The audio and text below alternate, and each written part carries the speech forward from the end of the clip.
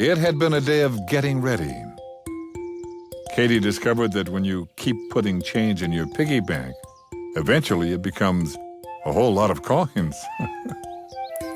Orbie found out that when you don't have any pockets, change is hard to carry. And they both learned that if you put your money together, it can add up to a big number. When Dad called that it was time to go, Katie and Orbie squealed with delight. They jingled all the way down the stairs. They were excited because today they were going to visit the chocolate factory. In the car, Orbie wondered how chocolate got made at a factory. He imagined that there would be hundreds of stoves with cooks standing over them. Katie thought it was strange that chocolate was made in a factory because it was the food. After all, cars and machines were made in factories. As they drove up, Katie and Orbie strained against their seatbelts to see. It looked like an ordinary factory, but as soon as the two friends jumped out of the car, they could tell this one was definitely different. In the air, there was the most delicious chocolate smell. Before they entered the factory, Dad said he hoped they didn't have his all-time favorite, a chirpy chocolate bar. If they did, he was in trouble, because when he saw one of those, he just had to have it. He'd never stick to his diet. As they stepped in, Dad asked Katie and Orbie to take a look for him. There were no chirpy chocolate bars, only a very nice lady who said her name was Ray. She showed the family where to start the tour and hoped they'd enjoy themselves. Dad checked with Ray to see if they had any chirpy chocolate bars on the tour. Ray grinned. She told him he would have to take his chances, which meant that there might be. And Dad groaned. He made everybody promise not to let him see them. As they climbed the stairs, the wall turned to glass on one side.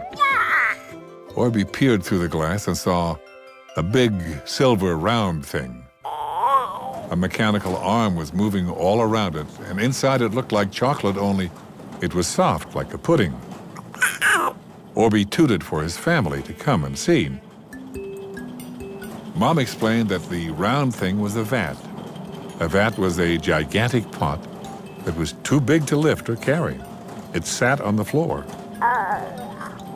Katie wanted to know how you stirred the pot, and Mom pointed to the huge mechanical arm going around and through it. She told them that was stirring the pot. A man on the floor was checking a huge thermometer. Mom told the friends that he was checking the temperature to make sure the chocolate stayed soft. When they cooled it, it would turn hard. As they walked down the corridor, they came to another section. There was a long, thin belt that moved chocolate bars along under machines and in front of people. Everyone had gloves, hairnets, and masks on. They touched and turned the chocolate bars to make sure they were all right. Once in a while, a person would take one of the bars off the belt.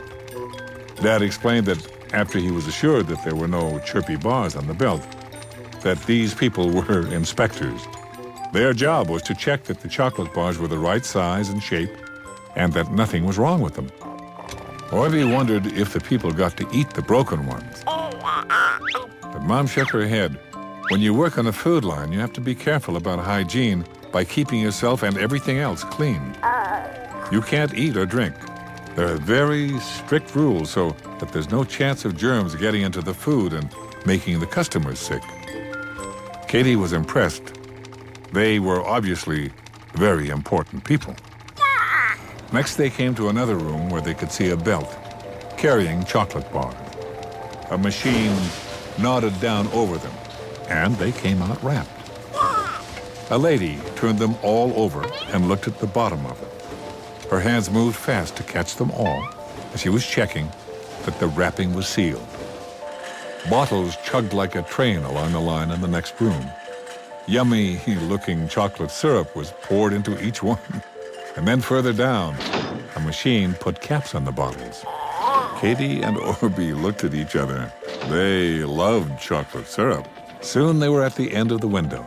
Orbie had learned that they didn't need a whole bunch of stoves. Katie had learned that the machines in the chocolate factory were only for making chocolate. As they climbed down the stairs, Orbie burbled that he thought it would be fun to swim in the vat of chocolate. Dad, thinking about swimming in chocolate, he was so busy laughing, he wasn't prepared for what he saw when he got to the bottom of the stairs. There, right in front of him, was a whole case full of chirpy chocolate bars. Katie tried to cover his eyes, but she was too short.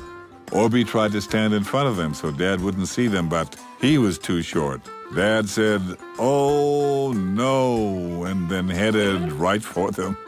Mom took him away and reminded him that he was on a diet, but Dad spun around and went back. He pretended to cry because he wanted one so badly. Mom gave him a kiss and told him that he was dieting and couldn't have one. Katie and Orbie looked at all the other candies and filled a little basket full of treats.